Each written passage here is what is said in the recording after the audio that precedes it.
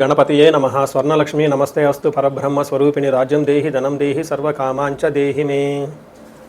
ప్రతి ఒక్కళ్ళకి స్వర్ణలక్ష్మి అమ్మవారు బ్రహ్మ జ్ఞానాన్ని ఇవ్వాలని, తద్వారా ప్రతి ఒక్కళ్ళు ప్రతి నిమిషము చక్కగా నవ్వుతూ హ్యాపీగా ఉత్సాహంగా ఉండాలని, అలానే కొన్నిసార్లు కొన్ని సందర్భంలో మనకు నచ్చినవి వస్తాయి, కొన్నిసార్లు కొంచెం లేటుగా రావచ్చు, అలానే మనకు నచ్చిన వాళ్ళు కొన్నిసార్లు మన దగ్గర ఉండవచ్చు, కొన్నిసార్లు దూరంగా ఉండవచ్చు. ప్రతి సందర్భంలో కూడా ప్రతి ఒక్కళ్ళు చక్కగా నవ్వుతూ హ్యాపీగా ఉండాలని, ఉత్సాహంగా ఉండాలని, అలానే మనస్తత్వం మనకి అమ్మవారు ఇవ్వాలని చెప్పేసి మనం కోరుకుందాం. అంతేకాకుండా అమ్మవారు మనకి ధనాన్ని ఇవ్వాలి, ఐశ్వర్యాన్ని ఇవ్వాలి, సర్వకామాంచ సిద్ధి, అనుకున్న ప్రతి కొరకు కూడా నెరవేరాలి. అట్లాంటి యొక్క అమ్మవారి యొక్క కృపా కటాక్షం మన మీద ఉండాలి. మనం ఎంతో ఉన్నతంగా ఎదగాలని చెప్పేసి మనం కోరుకుందాం. అంతేకాకుండా రాజ్యం దేహి, ప్రతి ఒక్కరికి ఒక అధికారము, పవరు, స్టేటస్, ఒక దర్జా, దర్పం, ఇవన్నీ కూడా ప్రతి ఒక్కరికి అమ్మవారికి మన అందరికీ ఇవ్వాలని చెప్పేసి మనం కోరుకుంటూ మనము మే మంత్ యొక్క రాశి ఫలాలు చెప్పుకుంటున్నాం. మే మంత్ రాశి ఫలాలు ఈ మంత్లో చాలా విశేషాలతో కూడుకొని ఉంది. ముందుగా ఒక 2 నిమిషాలు వాటి గురించి చర్చించుకొని తర్వాత 12 రాశుల గురించి మనం మాట్లాడుకుందాం. ఈ మాసం మనకు వెరీ ఇంట్రెస్టింగ్గా పౌర్ణమితో స్టార్ట్ అయ్యి ఈ మాసం అంతా అంటే మే మంత్ అంతా పౌర్ణమితో స్టార్ట్ అయ్యి పౌర్ణమితో ఎండ్ అయిపోతుంది. మనం చూసుకుంటే ఇందులో వైశాఖ మాస పౌర్ణమితో స్టార్ట్ అయ్యి జ్యేష్ఠ మాస పౌర్ణమికి మనకి మే మంత్ అంతా ఎండ్ అయిపోతుందని గమనించుకోవాలి. ఇందులో 3 ముఖ్యమైన విశేషాలు ఉన్నాయండి. ఒకటి, ఈ మంత్ మనకి బిగినింగ్లోనే బుద్ధ పూర్ణిమతో స్టార్ట్ అయిపోతుంది. దీన్ని గురు పూర్ణిమ అంటారు, బుద్ధ పూర్ణిమ అని అంటారు, వైశాఖ మాస పూర్ణిమ అంటారు. చాలా చాలా విశిష్టత కలిగిన పూర్ణిమ. పర్టికులర్గా గురువుకు సంబంధించి, చంద్రుడికి సంబంధించి ఎవరైనా కనుక దోషాలు ఉంటే ఆ రోజున మెడిటేషన్, ధ్యానం చేస్తే చాలా బాగుంటుంది. కొన్ని వైష్ణవ టెంపుల్లో విష్ణుమూర్తికి కళ్యాణ మహోత్సవం కూడా జరుపుతూ ఉంటారు. చాలా చోట్ల జాతరలన్నీ జరుపుతూ ఉంటారు. ఒక వెరీ ఇంట్రెస్టింగ్, చక్కగా బాగా ఎంజాయ్ చేయవలసిన పౌర్ణమి వైశాఖ మాస పౌర్ణమి. తర్వాత మనకి 12 తారీఖు హనుమత్ జయంతి ఉంది. ఇది చాలా చాలా ముఖ్యం. పర్టికులర్గా ఏలినాటి శని ఎవరికైతే ఉంటుందో, తర్వాత కుజదశ, కుజుడు అనుకూలంగా ఎవరికైతే ఉన్నారో వీళ్ళు ఈ హనుమత్ జయంతిని చక్కగా జరుపుకోవాలని నేను కోరుకుంటున్నాను. ఆస్ట్రాలజికల్గా అంటే జ్యోతిష శాస్త్రం ప్రకారం ఒక ముఖ్యమైన విషయం ఉందని అందరికీ బాగా తెలిసింది, కర్తరి అంటారు. అంటే సూర్యుడి కృతికా నక్షత్రంలో ప్రవేశించిన తర్వాత సూర్యుడి యొక్క తీవ్రత చాలా అధికంగా ఉంటుంది కాబట్టి ఈ 13 రోజులు 15 రోజులు కర్తరి అంటారు. ఈ రోజుల్లో ఎక్కువగా మంచి మంచి పనులు చేయకుండా నిషిద్ధం అని చెప్తూ ఉంటారు. అంటే ఈ మాసంలో కర్తరి వచ్చేటప్పటికి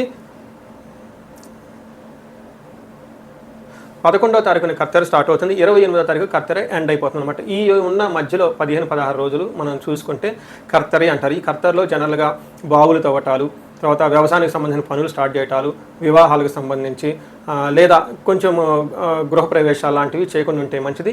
అయితే ఈ కర్తరి ఆధ్యాత్మికానికి సంబంధించిన పనులు చేయడానికి చాలా చాలా యోగ్యతనిస్తూ ఉంటుంది.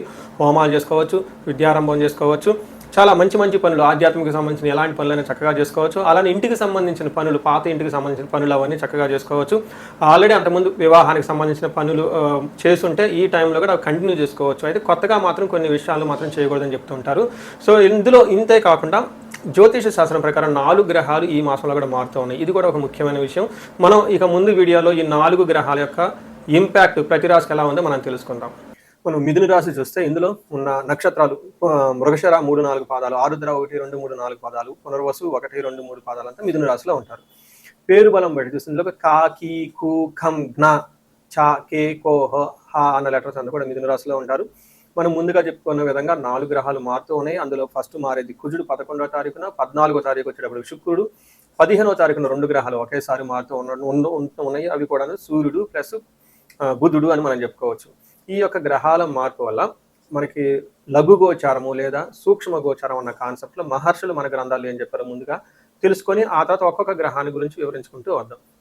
ఇందులో సూర్యుడు మీరు చూస్తే 12వ హౌస్లో 15 రోజులు ఉండి, తర్వాత 11వ హౌస్లో 15 రోజుల తర్వాత 12వ హౌస్లో మారటంతో మిక్స్డ్గా ఉంటారు. కానీ చాలా బాగుంటుంది సూర్యుడు. అంటే కొంచెం లైట్గా ఇబ్బంది పెట్టే విధంగా ఉన్నా కానీ ఓవరాల్గా బాగుంటుంది అని గమనించుకోవాలి. ఏ ప్రకారంగా అంటే విత్త లాభం ఫస్ట్ 15 రోజులు సూర్యుడు బాగా సపోర్ట్ ఇచ్చి ధనం సంపాదించుకోగలుగుతారు. తర్వాత ధనచ్ఛేద అంటే విపరీతంగా ధనం ఖర్చు అయిపోయే అవకాశం ఎక్కువ ఉంటుంది అని గమనించాలి. తర్వాత కుజుడు 11వ స్థానంలో ఉండటంతో రియల్ ఎస్టేట్లో ఉన్న వాళ్ళకి కానివ్వండి, బంగారం కొనుక్కోవాలనుకున్నా కానీ, తర్వాత అన్నదమ్ముల వల్ల కానివ్వండి, తర్వాత ధైర్య సాహసాల వల్ల, రిస్క్ టేకింగ్ ఎబిలిటీస్ వల్ల చక్కగా కలిసి వచ్చే అవకాశం ఉంటుంది. ఇది ఒక మంచి పొజిషన్ అని చెప్పుకోవచ్చు. ఇలా సూర్యుడు కుజుడు ఇద్దరు చక్కగా కలిసి రావటం ఇంకా బాగుంటుంది. అఖిల విషయ భోగం, అన్ని విషయాల్లో భోగప్రదంగా ఉంటుంది. ఇది శుక్రుడి వల్ల అని గమనించాలి. తర్వాత బుధుని వల్ల అవమానాలు జరిగే అవకాశం ఉన్నప్పటికీ కానీ మీరు చాలా తెలివితేటలుగా చాకచక్యంగా వాళ్ళకి మళ్ళా రివర్స్ టెండర్ పెట్టేసి వాళ్ళని కింద డౌన్ కూర్చోబెట్టేస్తారు. సో ఏ ప్రకారంగా చూసినా ఈ మే మంత్లో మిథున రాశి వాళ్ళకి బాగుందని గమనించాలి. మనం ఇప్పుడు ఒక్కొక్క గ్రహం ఎలాంటి రిజల్ట్ ఇస్తుందో చూద్దాం. అందులో ఫస్ట్ మనం సూర్యుడు 12వ స్థానంలో ఉండటంతో మన మహర్షుల సంస్కృతిలో ఏం చెప్తారంటే స్వస్థాన నాశనం చైవ బంధురోగ ధనవేహ ప్రాణపర్యంతమాపత్తిం అవమానం వ్యయే రవి అంటారు. అంటే 12వ స్థానంలో రవి ఉంటే ఏమవుతుందంటే స్వస్థాన నాశనం చేయవ. ఇది కొంచెం జాగ్రత్తగా ఉండాలి. మీ జాబులో అది కూడాను 15th నుంచి 25th వరకు ఇబ్బందులు వస్తాయి గమనించండి. కొంతమందికి జాబ్ పోయే అవకాశం కూడా ఉంటుంది. అయితే మీకు జాబ్ పోయేంత అయితే అవకాశం ఉండదు, కానీ బాగా ప్రెషర్ ఉంటుందని గమనించుకోవాలి. మీ పీర్ ప్రెషర్ అంటే చూడండి, వాళ్ళ నుంచి మేనేజ్మెంట్ ప్రెషర్ నుంచి వస్తుంది. కొంచెం ప్లానుడ్గా ఉండాల్సిన టైం అని గమనించుకోండి. మీకు రహస్యం చెప్తాను కాబట్టి. తర్వాత బంధు రోగ ధన వ్యయం అంటే ఈ టైంలో బంధువుల వల్ల కానివ్వండి, రోగాల వల్ల కానీ వ్యయం ఖర్చు అవుతూ ఉంటుంది. ప్రాణ పర్యంతం ఆపత్యం అవమానం, ఒక సంఘటన జరుగుతుంది, తద్వారా అయ్యో ప్రాణాలు పోయేంత పని అవ్వచ్చు, లేదా అవమానం విపరీతంగా జరగవచ్చు. పర్టికులర్గా ఇది కూడా అధికారం related, boss related, office related అని గమనించుకోండి. అయితే ఇందులో ఉన్న పాజిటివ్ నోట్ ఏంటంటే మీకు శత్రువులు ఎవరు ఉండరు, ఉన్నా వాళ్ళు మనాన్ని వాళ్ళు వెళ్ళిపోతారు, మిమ్మల్ని ఏమీ చేయలేరు. పెద్ద పెద్ద రోగాలు కూడా అయితే ఏమీ వచ్చేదని గమనించాలి. అయితే మనకి ఇంకొక ముఖ్యమైన విషయం, ఇంపార్టెంట్ విషయం, కుజుడు మీకు 11వ స్థానంలో ఉండటం చాలా చక్కగా కలిసి వస్తుంది. ఇందులో ఏమని చెప్తారు, ఆరోగ్యం అర్ధసిద్ధి సంతోషం వస్త్రలాభకృత్ యత్న కార్యానుకూలత్వం ధైర్యమే ఏకాదశి కుజే అంటారు.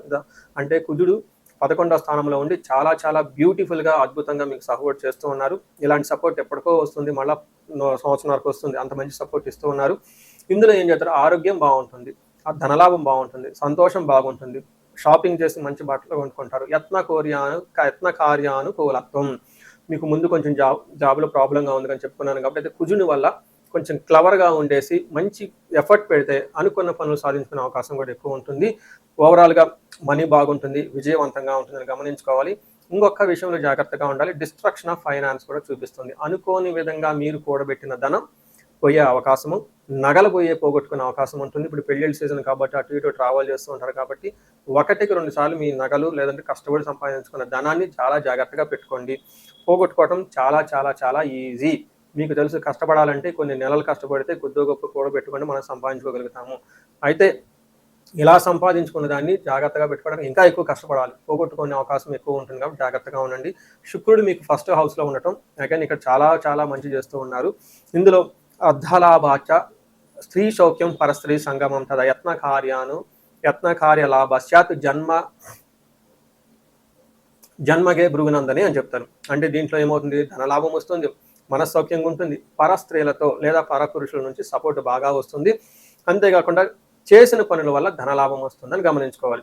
అంటే ఒక మంచి భార్యాభర్తల మధ్య కానివ్వండి, స్త్రీ పురుషుల మధ్య కానివ్వండి, పెద్దవాళ్ళు చిన్న వాళ్ళ మధ్య ఒక పరస్పర అవగాహనతోటి చక్కగా ముందుకి అందరితో కలుపుకొని వెళ్ళిపోయే టైం ఉందని మీరు గమనించాలి. తర్వాత మీకు ఇందులో ఉన్న నక్షత్రాలు అంగగోచారం, సూక్ష్మ గోచారం అన్న ఒక కాన్సెప్ట్ మన మహర్షులు ఇచ్చారు. It's very beautiful concept. ఇందులో మృగశిర, ఆరుద్ర, పునర్వసు 3 నక్షత్రాల వారిగా చూసుకుంటే ఏ నక్షత్రం వాళ్ళకి ఎలా ఉందో చూద్దాం. ఇందులో మృగశిర నక్షత్రం వాళ్ళకి ఫస్ట్ క్షేమంగా ఉంటారు, సౌఖ్యంగా ఉంటారు, లాభప్రదంగా ఉంటుందని గమనించాలి. అయితే ఛాలెంజెస్ ఎక్కడ ఉన్నాయంటే మృత్యు భయము నాశనము అని చూపిస్తుంది. అనుకున్న పని ఎక్కడో మీకు ఆగిపోవడంతో దాని ద్వారా భయపడుతూ ఉంటారు, ఫ్యూచర్ ఎలా ఉంటుంది, అసలు ఆ పని ముందుకెళ్తారా ఏంటి అనేది కొంచెం అలజడిగా గురయ్యే అవకాశం ఉంటుంది. అలానే ఆరుద్ర నక్షత్రం వాళ్ళకి క్షేమంగా ఉంటారు, లాభప్రదంగా ఉంటారు, సౌఖ్యంగా ఉంటారు, ఫారిన్ వెళ్ళే అవకాశం ఎక్కువగా ఉంటుంది, ఫారిన్ రిలేటెడ్లో ఉన్న వాళ్ళకి చాలా చక్కగా ఉంటుంది. అంతేకాకుండా మృష్టాన్యము మృత్యు భయము చూపిస్తూ ఉంటుంది. వీళ్ళు మంచి ఫుడ్ తింటూ ఉంటారు, మృత్యు భయము కొంచెం భయపడుతూ ఉండే అవకాశం ఎక్కువ ఉంటుందని గమనించాలి. అలానే పునర్వసు నక్షత్రం వాళ్ళకి పరవాసం ఉంటుంది, సౌఖ్యం ఉంటారు, క్షేమంగా ఉంటారు, లాభప్రదంగా ఉంటుంది. అయితే వీళ్ళకి దేహ పీడనము నాశనము చూపిస్తుంటుంది. అయితే శారీరకంగా అలసట ఉండటంతో పాటు ఇంకొకటి ముఖ్యంగా గమనించుకోవాల్సింది, శుక్రుని వల్ల అంటే జెంట్స్ అయితే లేడీస్ అయితే జెంట్స్ ద్వారా మీరు తలపెట్టిన పని ఆటంకాలు కలిగించి ఇబ్బంది పడే అవకాశం ఉంటుందని గమనించుకోవాలి. సో ఎక్కువగా ఆరుద్ర, పునర్వసు నక్షత్రం వాళ్ళు కొంచెం హార్డ్ వర్క్ చేయాల్సిన అవసరం ఉంటుంది. కొంచెం అంటే లేట్గా పనులు అవడంతో ఎక్కువగా శ్రమ ఎక్కువగా పెట్టవలసి ఉంటుందని గమనించాలి. తర్వాత ఆరుద్ర నక్షత్రం వాళ్ళు కొంచెం మానసికంగా ఆందోళన ఎక్కువగా ఉంటుంది కాబట్టి దుర్గాదేవి ధ్యానం చేస్తే చాలా బాగుంటుంది. ఈ రాశి వాళ్ళకి అందరూ అంతా బాగుంది కాబట్టి ఒక సూర్యుడు మాత్రం ఇబ్బంది పెట్టే విధంగా ఉండటంతో సూర్య అష్టకం చదవటం, సూర్యుడికి ఆర్గ్యం ఇవ్వటము,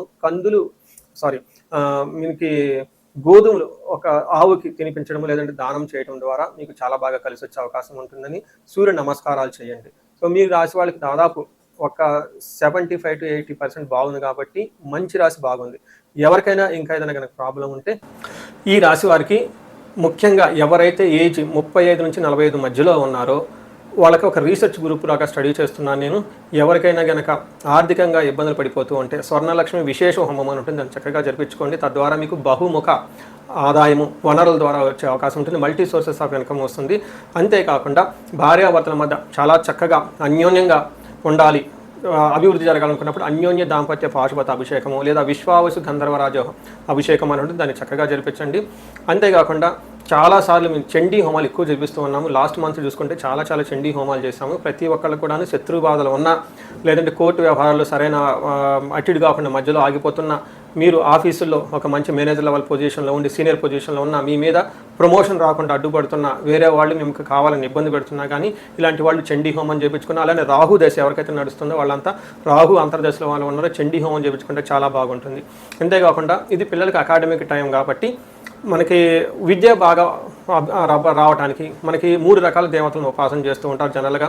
హయగ్రీవ స్వామి, మేధా దక్షిణామూర్తి, నీలా సరస్వతి. మీ యొక్క ఇండివిజువల్ యొక్క జాతకం చూపించుకొని ఒక్కసారి ఆ యొక్క మీ యొక్క జాతకానికి అనుగుణంగా ఏ దేవతలకు సంబంధించిన ఉపాసన చేస్తే బాగుంటుంది, ఆరాధిస్తే బాగుంటుందో తెలుసుకొని తద్వారా ఆ యొక్క దేవతలకు పర్టికులర్ మేధా దక్షిణామూర్తికి మూలమంత్ర జపము, హోమము, దానాలు ఇవన్నీ చేసుకుంటూ ఉంటే అకాడమిక్స్లో పెర్ఫార్మెన్స్ వచ్చే అవకాశం ఎక్కువ ఉంటుంది.